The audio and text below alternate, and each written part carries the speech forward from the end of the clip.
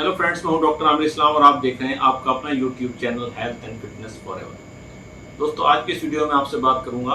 कि क्या शुगर के पेशेंट्स आम खा सकते हैं, और अगर शुगर के पेशेंट आम खा सकते हैं तो वो कितनी मात्रा में इसका सेवन कर सकते हैं जिससे उनकी शुगर न बढ़े। या फिर ऐसा भी है कि शुगर के मरीज बिल्कुल आम खा ही नहीं सकते, या फिर ऐसी कोई एक नई रिसर्च भी है जो ये कहती है कि वो शुगर के पेशेंट्स आम खा सकते हैं।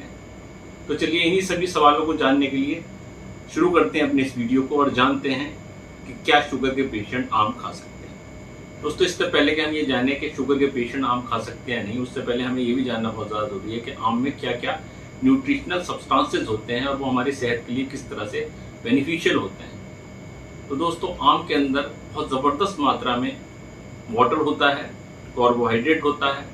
मैग्नीशियम होता है, पोटेशियम होता है, विटामिन सी बहुत ज़्यादा प्रचुर मात्रा में होता है,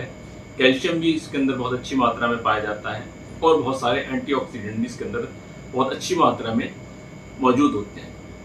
लगभग 85% आम के अंदर वाटर होता है। दोस्तों, ये इसका न्यूट्रिशनल सब्सटेंसेस थे जो हमारे शरीर के लिए बहुत ही ज़्यादा बेनिफिशियल होते हैं। बस इसका जो एक साइड इफेक्ट के तौर पर हम मान सकते हैं कि इसका जो शुगर कंटेंट है वो बहुत ज़्यादा हाई होता है,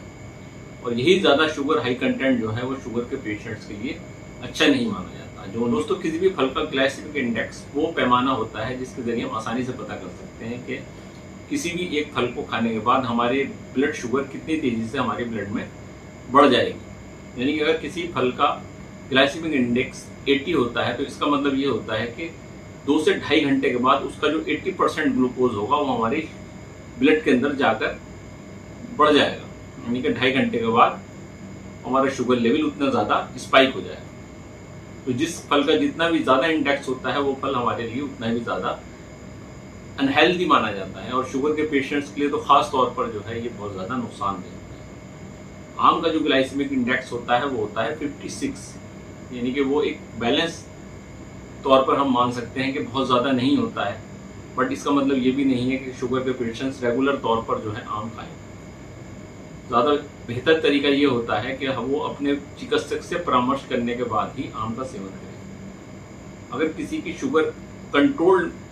में रहती है, चाहे वो दवाओं के ज़रिए रहती है या लाइफस्टाइल चेंजेस की वजह से रहती है या एक्सरसाइज के ज़रिए रहती है, तो वो लोग तो ईजीली 1 से 2 आम दिन में खा सकते हैं। अगर 100 ग्राम की सर्विंग्स के 2 आम हैं तो वो दिन में 2-3 बार डिवाइड करने के बाद आम को ले सकते हैं। बट अगर किसी की शुगर लेवल बहुत ज़्यादा हाई रहता है और अनकंट्रोल्ड है तो उन्हें कभी भी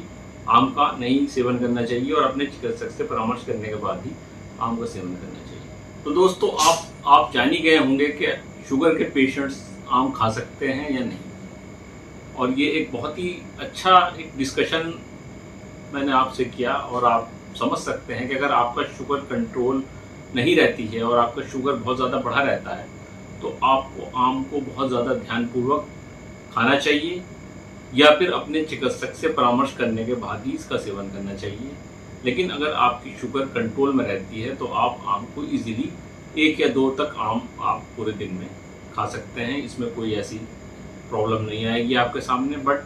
आपको एक चीज़ ये भी ध्यान रखनी चाहिए कि आप जिस दिन आम ले रहे हैं उस दिन आप अपनी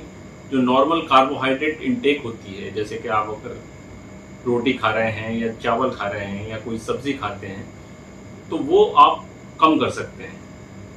जिससे आपका जो एक डाइट का जो सिस्टम है वो बैलेंस हो जाएगा, और आप जो एक्सेस फॉर्म में आपने आम के तौर पर जो कार्बोहाइड्रेट ली है वो अगर आप रोटी या चावल को कम कर देंगे तो वो उससे बैलेंस हो जाएगी, और इस तरह से आप अपनी शुगर लेवल को मेंटेन कर सकते हैं। और साथ ही साथ आप ये भी कर सकते हैं, अगर आपने कोई आम वगैरह का ज़्यादा सेवन कर लिया है तो उस दिन आप ज़्यादा पैदल चल सकते हैं या ज़्यादा एक्सरसाइज कर सकते हैं, जिससे कि आपका जो जितनी आपने कैलोरी अपने इंटेक करी है तो वो आप कैलोरी जो है अपनी खर्च कर सकते हैं और उसको यूटिलाइज कर सकते हैं। तो आपने जो भी एक्सेस कैलोरी इंटेक की है वो आप बर्न कर सकते हैं और अपनी शुगर को बैलेंस कर सकते हैं और अपनी कैलोरी को भी बैलेंस कर सकते हैं।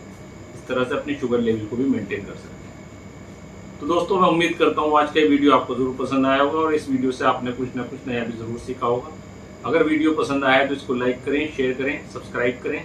मैं फिर मिलूंगा आपसे एक बहुत ही अच्छे से वीडियो के साथ। तब तक आप अपना बहुत ध्यान रखिए, हंसते रहिए, मुस्कुराते रहिए। Bye, take care.